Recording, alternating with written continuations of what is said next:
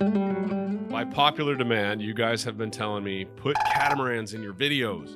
Well, we're at the price point where catamarans can be bought that are actual blue water catamarans, or what I believe are blue water catamarans. So, if you don't mind the new mic, I've been having a little bit of audio problems with my videos and fighting it, and in post-production sounds like I'm in a jar or a coffee can or something like that. So, I think that this will give us a little better connection. Get ready. These are my favorite boats for under $300,000. And the cool thing about this price point is these are boats that were $1 million or more, 20 years ago. And now they've depreciated to a point where they're about at the $250,000 mark now. And it makes it so you can get a really good boat. Arguably, some of the best boats in the world were built in this era. I really, really like the handmade joinery that some of these boats have. That went away with the advent of CNC machines taking over and, handling all that. It's all a computer program now, and it just looks a little stale to me. So my number one choice for this price range is the Allures 44. So whether you want to go to a Pacific atoll or through the Drake Passage to Antarctica, this boat will keep you safe doing that. The Allures 44 is a French-built, aluminum-hulled, lifting keel, go-anywhere sailboat. The difference between this boat and a lot of other aluminum boats is it has a composite deck. So they glue and bolt a fiberglass top onto the hull. You can see this very clearly in these pictures. The Allure 44 hull is so strong that it can take light ice impacts. So that's perfect for all you extreme voyagers out there. That would be the Swedes, the Norwegians, the Finns, maybe even the Brits. Probably not the Brits. They probably just want to be in some tropical paradise because they live in a climate that sucks. So this is the first aluminum boat that I'm showing you guys in this entire series. And I know you guys have been asking me about it, but under this price point, you're in this really weird range of boats where they're super custom, and I'm talking to a big wide audience, and a lot of you don't have a lot of experience. So, me recommending some custom crazy aluminum boat and you refitting the whole thing is just not in alignment with where I'm going with this course. But at this price point, you can actually get a finished production boat, albeit a few years older, that was made very well. The company's still in business. You can still get aftermarket support. This particular boat is made by Grand Large, which is one of my favorite boat manufacturing companies. They handle all the Garcias, all the Allures, all the Outremer. So what are the pros and cons about the Allures 44? So one of the big pros, obviously, is the lifting keel. It makes the boat into a shallow draft and a deep draft boat. So you can point higher when the keel is down, and then when you get into port, you can lift it up and you can go in where all the catamarans are parked. Very, very cool feature. Another really cool plus with this style of boat, and the reason they do that fiberglass top that they bolt on and glue, is that it reduces condensation inside the boat. So when you take a Coke out of your freezer and you put it on the table, and it's immediately starts, all those droplets start to come down it, and it just looks super cool, and that's what they videotape for all the commercials. That same thing happens on a boat, but the other way. So it's really cold water, and the hull is cold on the outside, and you're keeping it warm on the inside. It condensates on the inside. So that topper that we talked about before takes care of that. Takes care of some of that. Takes care of the condensation on the ceiling, which is where you get most of the condensation because heat rises. These boats have a very strong resale. They're very nice boats. They're very sought after. They're very well regarded, and they're very well made. They're not made in production numbers like a Beneteau or a Deerfoot, where there's 1,000 of them out there. So that keeps the resale value high. There's watertight bulkheads built into the boat. So if you end up hitting something really hard, like a ship or a container or the rocks, there's a better chance that if you put a hole in the boat, it'll be stopped by those watertight bulkheads. And like I said before, Grand Large is still in business. So I met a couple that were on an Outremer, which is the same yard, and they had a charter boat hit them and break the bow beam. It was a carbon bow beam. It was one piece. And Outremer figured it out, engineered a fix, built it, put it into pieces, put it on a plane, and sent a team down to replace the whole thing and get them back underway. That is crazy service. So you're not going to get that from a super custom one-off boat builder. Okay, there are inherent cons with aluminum and a couple inherent cons with just this boat specifically. So first of all, with aluminum boats, you have to be very careful with galvanic isolation. So this means when you put that zinc on your rudder shaft and the zinc is touching the stainless, which is touching the bronze, and the zinc is the least noble of the three metals. So the zinc ends up getting eaten away by any stray current when you're in a marina, or just the actual current that the sea has. It just ends up eating away all that metal. If you don't put the zinc on, it'll go to the next least noble metal, which is the propeller. So that zinc is there to protect the propeller, not to protect the shaft. That is the same thing that happens with aluminum boats. Your hull is now a zinc. They make zincs out of aluminum. So you have to be very careful about isolating things. You can't use the hull as a ground. You have to be careful when you go into a port because there's a lot of stray current in some marinas. So there's things you can buy to mitigate these risks, but they're just inherent risks with aluminum. Also, aluminum doesn't rust like steel, but it can have localized pitting, especially in like stagnant pool areas, like areas of the boat that don't have proper drainage and get some salt water in them and it stays there and you don't see it. That can start pitting through. And, this whole thing is a little more involved than you can't drop pennies in the bilge. So, along with that crevice corrosion comes the problem with paint layers. So, in the tropics, bare aluminum will get hot just because of the color. It's not because of the material, really. It doesn't really hold heat very well, actually. But because it's so dark, it'll absorb more of the sun's rays. So most of the time, if you're going to go in the tropics, you want to paint the deck white. Well, if you paint aluminum, eventually it'll oxidize underneath the paint and it'll start bubbling the paint. You can see where the paint's starting to oxidize underneath. And usually the right fix for that, I mean, you can knock that part down and then repaint it and knock this part down and repaint it. But after a while, really what the boat needs is to be completely sandblasted, primered, and painted again. So if it were my boat, I would paint the top white, have a bare hull, and have bottom paint. You have to have bottom paint on an aluminum boat, which is another con. The bottom paint cannot have any metal in it, or you'll get that galvanic corrosion thing that I talked about before. So you have to have special bottom paint. You have to have special preps for the paint. Aluminum will oxidize. It's just like when you get an aluminum dinghy and you glue on Hypalon, it'll oxidize under that glue. And eventually all aluminum dinghies will need to be re-glued at some point, and they'll need to have that oxidization taken down. And that's just part of the deal. Also, when you're doing repairs below the water line, if you hit something, or if you need to cut something out, or you need to do a repair, you have to find a boilerplate certified welder to do the work, which is kind of hard to find sometimes. It has to be a good aluminum welder, somebody with lots of experience. You can't just take Joe off the street to do the bottom of your boat. That's the important part. Okay, and then the boat specific cons for the Allure 44 is they have sail drives. I don't love sail drives. They're not a deal killer. I just don't like a 10-inch hole where you could have a shaft and have it be really strong. And there's a lot of maintenance. I just don't like sail drives personally. I also don't like roller furling masts, and I have that on my boat. So there are things where the boat is amazing. This is just a little bit of a compromise, Every boat's going to be a compromise. And then that articulating keel that everybody's so fond of, that keel is articulating and that mechanism can break.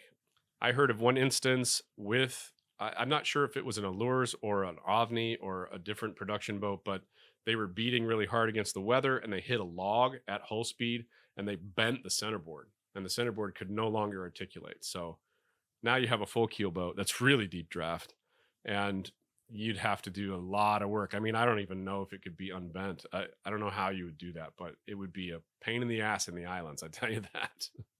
But overall, it's a hard choice, but this is one of my top boats for this category. I love the Allures. Everybody that owns one really, really likes it. They've done some things to make it really cruiser friendly, and they're beautiful boats. Okay, boat number 2, the Oyster 485. Now, disclaimer, This is the boat that I own. So don't listen to owners. I've told you that before. If you want to skip this one and go right to the next one, you can just look at those chapters down there. Why did I put this on here? Because I truly, truly believe that this boat is one of the best boats you can get under 300,000. It's a great sailor. It's nice and heavy. It handles the blue water very, very well. I've got almost 50,000 miles on this boat, and I absolutely love the sea kindly capability of this boat. So let's go over why.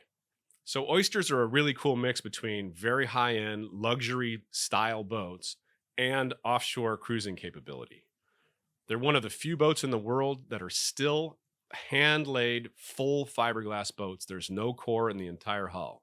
And I know you guys try to fight me on this every single time I have this conversation with you, but composite is not as strong as full fiberglass. It's just not. Fiberglass is super, super strong. It bends.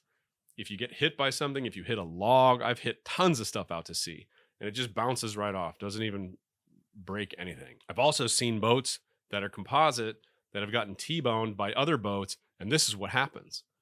So most likely that point load would have bounced off of a full glass boat. Now, does this mean you need a full glass boat? No. Composite boats are fine, just that you understand the difference. And my point here is the build quality of the Oyster is amazing. So what are the differences between this boat and say like a Hylas or a Halberg Rossi, other than the hull being solid glass? They're heavy. They're freaking heavy boats, which means they're not going to perform as fast. They're not going to have the same acceleration, and they're not going to have the same pointing ability, and they're not going to have the same speed as some of the most of the production boats. But what you're trading that for is comfort at sea. And that is offshore capability, capable to take waves, capable to take a pounding, capable to be on anchor and have a little slower motion. It's not a blanket rule, but usually if the boat's heavier, it's going to be a little more comfortable. Same thing with length. If the boat is longer, it's going to be a little more comfortable. So the boat is built with top quality joinery. It's all handmade. Every one of these boats is handmade at the factory in the UK. They're absolutely stunning boats. They're very comfortable. They're very safe. They have a very good motion at sea. The very deep keel makes for tracking really well for a fin keel boat. It's got a keel stub, so the keel's attached to the boat very, very well. It's a center cockpit, which I really like. That opens up the back aft cabin into a big, spacious cabin that you can really feel comfortable in. It feels safe at sea. And it has integral fiberglass tanks. They're part of the hull. When they build the hull, they fiberglass these big tanks in, and they just don't have problems like an aluminum tank or a welded metal tank or a black iron tank or something like that. The maintenance costs are going to be higher. Whenever you need to replace a part, everything is built with the best thing in mind. For instance, if you break a handle on one of the doors and you break a spring inside there, that whole mechanism that you have to pull out to replace that thing costs about $400. It's that way because they use the best thing at the time. Well, things do wear out, so you need to spend a lot of money on an Oyster to keep it up in the same condition as when it was new. The Oyster is going to be slower than other models because it's a lot heavier. But that's the trade-off with comfortability. The Oyster 485 also has a 7-foot 2-inch or 2.2 meter keel, which is a huge keel for a boat that's that small. These are going to be older models of boats. Some of these boats are going to need a lot of work. Now, most Oyster owners actually keep up their boat pretty well. And the last thing, this can be a pro or a con depending on how you look at it, but Oysters come with teak decks. Now, the cool part is this is where they started vacuum bagging teak, so it's not a bunch of screws, like 1,600 screws through the deck, but the teak still needs maintenance. So the glue fails and the caulking needs maintenance and the boards crack and teak is maintenance. But in my opinion, this is a pro. I like teak decks. I think it gives character to the boat, gives some warmth. I think it's the best non-skid in the world. I also know that the industry as a whole is getting away from teak. I'm pretty sure it's illegal to sell a boat with new teak unless it's sustainable teak. I don't know what that means in the EU. So you're going to see in the future a lot more sterile plastic boats. And I just, I like a boat to have a little soul. When I started sailing, I was coveting the Hans Christians and the Babas and all those Taiwan built boats with all the teak inside. And, I still have that a little bit in my heart. And I like having, nice joinery and the teak decks, and it looks nice. It's worth the trouble for me. So overall, it's not a perfect boat. It's a little older, but this model sails so well. It's got to be one of the best sailing boats I've ever been on. And it's because of that weight, and it's because of the hull shape. And Holman and Pye designed a lot of different boats. And I think this is one of their best drawings they've ever done. It just works. So if you're in the market and you've got 300 grand, go and check these boats out. Boat number 3, the Amel Super Maramu, or as everybody else in the world calls it, SV Delos. Henry Amel was a visionary, and he designed these boats to be not only a floating tank, but everything that he thought a cruising boat should be. Now, what that did was it makes this floating utilitarian tank-like boat that has a lot of really cool features for offshore and is built really, really well. But it's a bit more utilitarian than, say, like an Oyster or a Hylas or a Allure. Or he built these boats for function over form. And if you like that aesthetic, there's a lot to love about them. Also, Amel owners are some of the most loyal out there. They love their boats, and that says a lot about the boat. So Henry Amel really thought about all the little things for a liveaboard cruiser. Like, a lot of these boats came with gimbal drink holders, which is crazy. I'd never seen them before getting on one of these. Also, there's like this little lever that when you walk down the stairs, you just pull the little lever and get the wood out of the way, and then the stick pops up. And that is going to the fuel tank, which is a mechanical way of telling how much fuel you have no matter what happens, which is super cool, man. That's how I used to check my tanks, but I had a wood dowel with a bunch of stripes on it, and I just stick it in and see where it was wet. When things fail, and they all fail eventually, it's really nice to have those kind of backups. And there's all kinds of little things on this boat like that. This one has a fully protected rudder with a big skeg, and it's super comfortable out to sea. They sail really well. All of these boats have a factory hardtop, and it's an enclosed cockpit. And the boat could be in 20-foot seas, bashing through the waves like a submarine. And you don't have to worry about anything. They have a very strong resale value. They've been at this price point for a long time. And Amel is still in business, although they're not really making boats like they used to. We can have another conversation. That's for another video. Parts can be really expensive and hard to find for the Amels because they use a lot of proprietary systems. This is another heavy boat, a bit slow compared to a lot of other production boats. And my biggest character flaw with the Amels is they're just so utilitarian. They're all plastic on the outside, and they just don't look very pretty to me. But they're great boats. They're absolutely great. That's completely my opinion. I think the pros heavily outweigh the cons on this boat, and it's a fantastic choice for offshore cruising. My 2 criteria for a cruising boat is, have I seen this boat actually cruising? And when I talk to the owners, do they love it or hate it? This one checks both those boxes. Okay, boat number 4, the Alubat OVNI 435. These boats are super cool. Every owner that I meet on one really loves the boat. It's perfect for sailors that want to go through the tropics one year, but want the capability of going through the Northwest Passage or around Cape Horn to Antarctica. You can go anywhere on this thing. And unlike the Allure 44, the OVNIs don't have that plastic topper. So this is all aluminum. Everything's welded to the deck. So it's got more durability, less prone to leaking as well, but it's going to have more condensation in colder climates. So the word OVNI actually means UFO in French, because when this boat was first built in the 70s, it looked so futuristic compared to other boats. Also, the famous sailor and author Jimmy Cornell took this boat, a 43-foot version, over 70,000 miles. And I know he visited Antarctica at least once. I'm not sure if he went twice. I know he's been twice. I don't know if it was on this boat or not. I'm sure one of you guys know that. If you'd like, he did an interview about these boats with OVNI. He's got so much experience on this boat. that it's a very good interview. If you're interested in these boats, I'll put it in the description. So again, this is an aluminum, strong, lifting keel boat.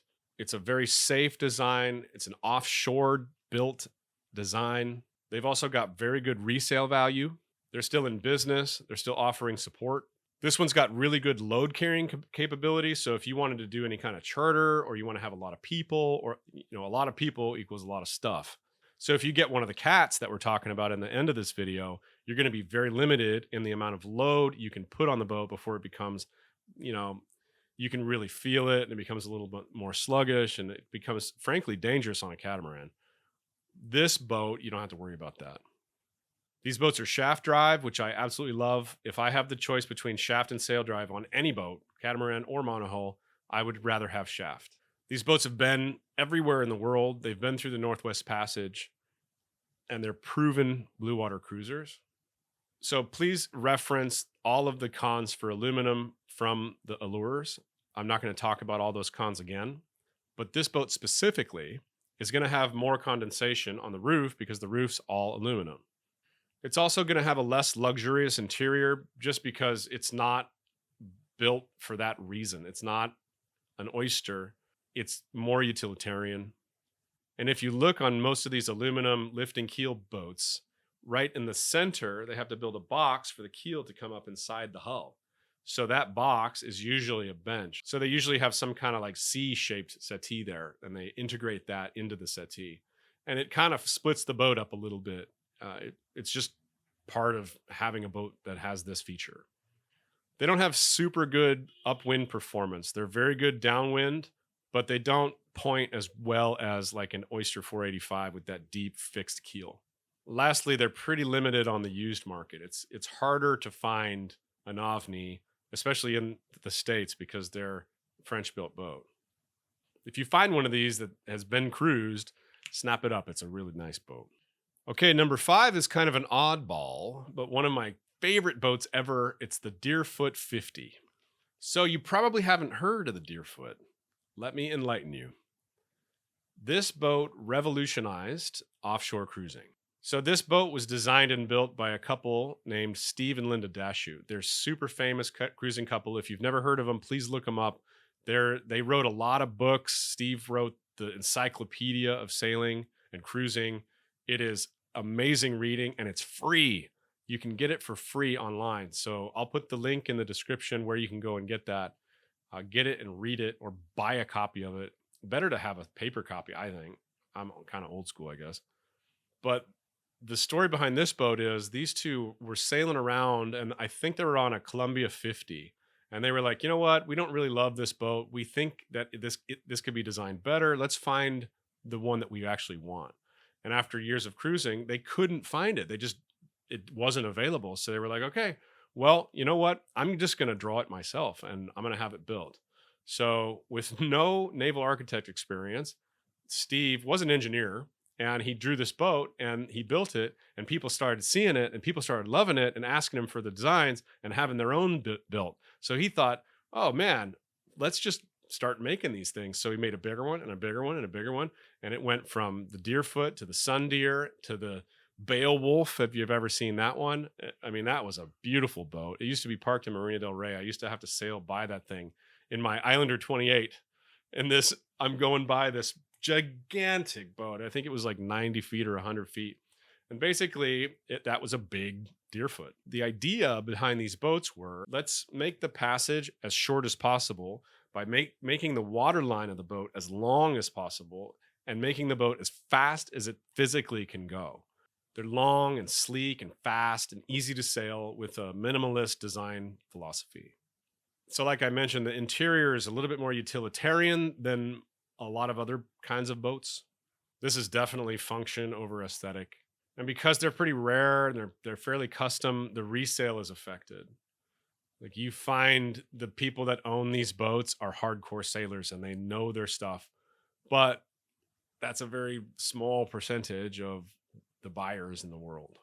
Sometimes an older aluminum boat can be harder to insure, so you got to watch that and make sure you can get insurance for it before you buy it. And there's not a lot of headroom in the boat this big, so it's kind of a no-go for all you really tall folks. So full disclaimer, I've never been sailing on a Deerfoot, but I've been on a few of them and I was very impressed. They make bigger ones too. They make 60 footers and 70 footers. And I love the boats. They're super cool. The whole philosophy, the whole fit out. There's a picture somewhere of Linda Dashute drinking a glass of wine on the aft seats while Beowulf is doing 20 knots in the Pacific Ocean. Now, that is super cool. And that's kind of why they built that boat. They wanted something really stable, but they still wanted a monohull so they could go anywhere in the world. So, number 6 on our list is the first catamaran that I'm premiering as a suggestion for this whole course, and it is the Catana 43 Ocean. If you're looking for a blue water catamaran that's built for blue water, it's built for offshore, it's not built for the charter market, it's built to be out to sea. This is not a floating condo, although the reason I picked this catamaran over the other one as number 7 and number 8 is because this one has a lot of room in it. So you get a really good balance with Catana catamarans between strong blue water performance and comfortability and space in the boat. So the key difference between this type of catamaran and the charter cats, which would be like the Lagoons and the Leopards and the Fontaine Peugeots, is that this boat has dagger boards. So a lot of people shy away from dagger boards because they don't really understand them. But I really like having dagger boards on a catamaran. For me, the pros outweigh the cons. The pros being when they're down, you can point higher. And when they're up, you can not only get into an anchorage that's a little bit more shallow, but if you're in a big sea that's hitting you from the beam, you can raise both of them up and you can kind of slide with the wave. And your natural train of thought is going, oh, it's more comfortable. No, that's not what it is. It's easier on the boat. So the reason that I don't group monohull and catamarans is they're two completely different boats. They're the whole dynamic is different. So really quickly with the monohull, you only have one hull to worry about. It's flexing, yes, but you only have one. On a catamaran, you have two of them, and they're trying to move independently of one another. And that beam sea is hugely stressful for a catamaran. So if you don't have those keels underneath your hulls, as you're getting beamed by the waves, it can slide around and it can move as one unit, and it doesn't have to rigidly try to take all that force.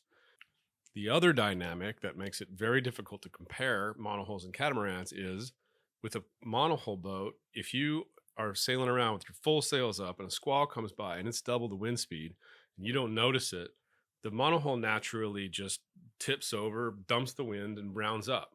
Well, the catamarans don't do that. They heal about 10%, and then all that kinetic energy transfers into the rig and into the shackles and into the blocks and into the running rigging, and it blows stuff up. And it goes into the hull of the boat too. So you'll see a lot of catamarans that have problems with hull fractures and breaking and cracking. That's why there's a lot of load on those hulls. So you just don't want to make it worse. And that's why I like daggerboard cats better. They slide around a lot more and they'll go upwind when you put one board down. In my opinion, they're better than having mini keels. They're also hellaciously more expensive to build because you have to build the daggerboard, you have to build the daggerboard trunk, you got to build the articulation part. It's a lot more work, which is why you don't see daggerboard catamarans on the charter cats. The key point on the Catana is it's fast and it has a very spacious, nice interior. So this last point could be a pro or a con. The helms are outside of the cockpit, so it makes it really easy to see everything when you're docking. You can actually dock this boat alone because the cleat's right there. So when you're docking, you can just reach over and toss the line to the guy. But it's very exposed. So that's kind of a deal killer for a lot of people. I will say that 99.9% of my sailing time is under autopilot. So I'm not back there at the wheel. So for me, it works perfect. They're out of the cockpit. It doesn't clutter it. And when I need them, they're in a position where it's the easiest to drive. And there's two of them. I really, really like this setup. So these models are a little older. A lot of them are going to need a big refit to be able to go offshore again. They're a bit more complex and they have a steeper learning curve because of the dagger boards versus the fixed keels where you don't have to think about anything. And obviously the charter cats are a lot more spacious. So you're trading that for the offshore performance capabilities of a Catana. Overall, I'd call this a tie with my number one choice and my number two choice for my favorite cats in this category.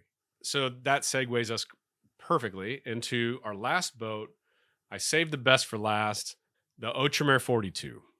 Outremer makes some of the best offshore sailing catamarans in the world, and the Outremer 42 is no exception. This is a cat built for performance and sailing, not for dockside living. If you actually want to sail around the world instead of motoring through it, this cat is an awesome choice. So unlike most other catamarans, this catamaran is made with very thin hulls. There's not a lot of interior space, but they're focused on performance. And these boats have tiller steering. So you can really get that rush of having 8 tons of boat at 15 knots underneath you while you're controlling it. It's just, there's nothing like that in the world. I've heard stories of these boats smoking other boats out to sea. Like, you know, a boat comes on your radar and then it's up next to you and then it just smokes right past you with a family of 5 on it while you're on your Irwin 52 or whatever. I almost bought hull number 1 when I was looking for boats. I remember it vividly. It was 80,000 euro and I offered the guy 70, he wouldn't take it. And then 72 and he wouldn't take it. And then finally I was like, okay, I want this boat. And I offered him a full price offer and he's like, oh man, it sold 3 days ago. I was pretty devastated, but whatever. That's neither here nor there. It wouldn't have made me the same sailor I am today. I'm going to go out on a limb here and I'm going to say this is probably the best sailing catamaran that you can buy at this price level. And these have excellent resale value for the same reason that all these boats on this list do, except for the Deerfoot, because the Grand Large yard is still in business. So you've got aftermarket support. You've got a very, very well respected boat with a yard that's still in business. And, you know, it makes the resale value stay high. The last thing is they're just really sexy. I love that curved aft beam. I think it's so cool. I really like this. Just the aesthetic of this boat looks super cool to me. So the one thing that's a huge deal breaker for a lot of people is the living space. It's not got the same living space you can get in a 42-foot, whatever, lagoon because it's performance oriented. And because it's performance oriented, it's really not for beginners. Like this is a performance cruising catamaran with dagger boards, and you kind of got to know what you're doing before you buy this boat. Also at this price point, they're really hard to find. You need about 400 grand to get into an Outremer. You can find them, but you know, they're going to need work. Overall, it was a really hard decision to put the Catana before this boat because I love these boats. I really, really love them. I'd love to have one day, just for a few years, just to mess around with. They're not going to be a great charter boat. They're not going to be a great big family boat, but man, for cruising around and for sailing around the world, these things will actually go upwind. That's it for our boats this week. I hope you liked it. If you dug any of the boats, if you have any suggestions for me, if you have a boat that's in this price range that you love, leave me a comment below and let me know. If you'd like to see more content just like this, please consider subscribing to the channel and turning on all notifications. Hit that notification bell to be notified when I put out more videos. I also offer consultations. If you'd like me to go over boats with you or act as a buying agent or just you want to bounce some ideas off me, I would love to have a conversation with you. You can contact me about that on my website, www.sailingzingaro.com.